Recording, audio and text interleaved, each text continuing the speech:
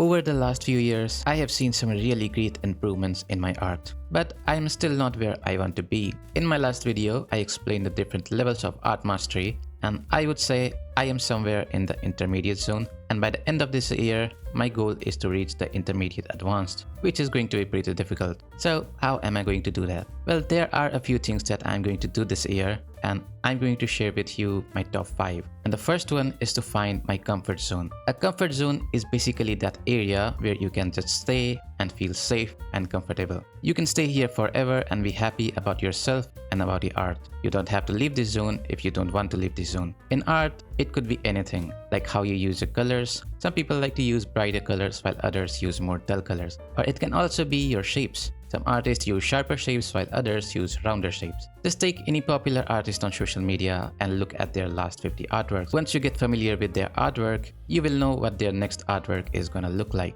You might say that it's their style, which it is, but then you have to understand what art style actually means. An art style is basically a culmination of things that you like. Certain colors, certain shapes, and certain techniques were more comfortable for you than others. And this leads to your art style, which is also your comfort zone. The best example for this, I would say, is PewDiePie. People were genuinely shocked to see how fast his art improved. They considered it impossible. But the reason he improved so fast was because he was able to find his comfort zone very early. He saw one tutorial and kept repeating it again and again, which allowed him to improve at a very quick rate. Once you have found your comfort zone, you can stay there. But if you wish to improve even further, you need to get out of that comfort zone from time to time. Comfort zone is all about finding out things you like, but unless you are willing to try new things, you are just gonna be stuck in one place. So stay in your comfort zone, but don't be scared to try new things. Okay, so now you know about comfort zones, but what is the best way of finding them? Well, that brings me to my next point, which is doing personal projects. A personal project, I would say, is one of the best things you can do to improve your art. Instead of painting random things from Pinterest, you create worlds and paint characters that matter to you. If you are an artist, then I'm sure you create a lot of characters in your head. I sure do. So instead of keeping them in your head, why not turn them into actual characters with actual personalities living in a fictional world? The project can be anything. It could be characters for comic books, video games, or visual novels, or it could also be a whole line of paintings that you want to sell as merch, like t-shirts, cards, stickers, or calendars. These personal projects are going to push you outside of your comfort zone. It would force you to solve problems you would normally avoid. Let's say you decided to create some characters set in a sci-fi world. Your first few attempts are most probably going to be failures, but these failures will teach you about your mistakes and what fundamentals you need to improve, and they will force you to work on these fundamentals. A personal project will help you find your likes and dislikes, and you will eventually find your comfort zone. But don't make these projects too complicated, keep it manageable, or otherwise you're just gonna give up. So I am definitely going to have a bunch of characters by the end of this year. Let's move on to the third point, which is studying other artists. Good artists copy, great artists steal.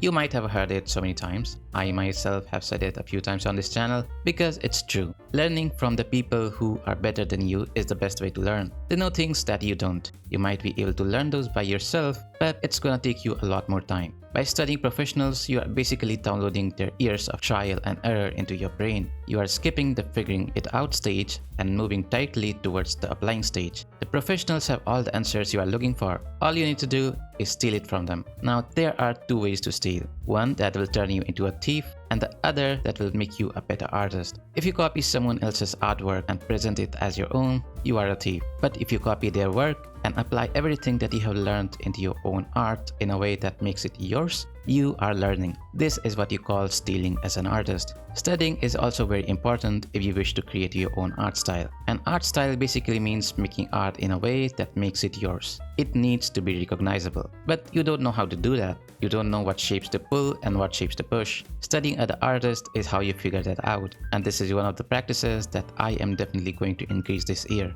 Now, everything I said so far sounds good on paper, but unless you are ready to put in the work, it won't matter. And that's my fourth point, mileage. It's as simple as it sounds. You make more art. The more art you make, the better you get. Mileage trains your hand, your eyes, and your decision making. The more you draw, the faster you start spotting mistakes. The faster you start spotting mistakes, the faster you start correcting them. Things that felt impossible before slowly start feeling normal. One important thing that you should remember is that mileage is not about quality, it's about quantity. You can spend 10 hours on a single piece, or you can spend 10 hours and finish 5 pieces. And trust me, you will improve much faster if you do the latter. I am not saying not to make finished pieces, you can do that. Just increase the quantity of art you make in a certain period of time, and also increase the total amount of time you give to your art. And finally, to my last point, consume more art. Not just digital art, all kind of art. Watch movies, observe cinematography, look at how scenes are lit and framed, read comics and graphic novels, look at how artists use shapes, silhouettes and compositions to guide your eye, look at paintings, sculptures, photography, animations, concept art,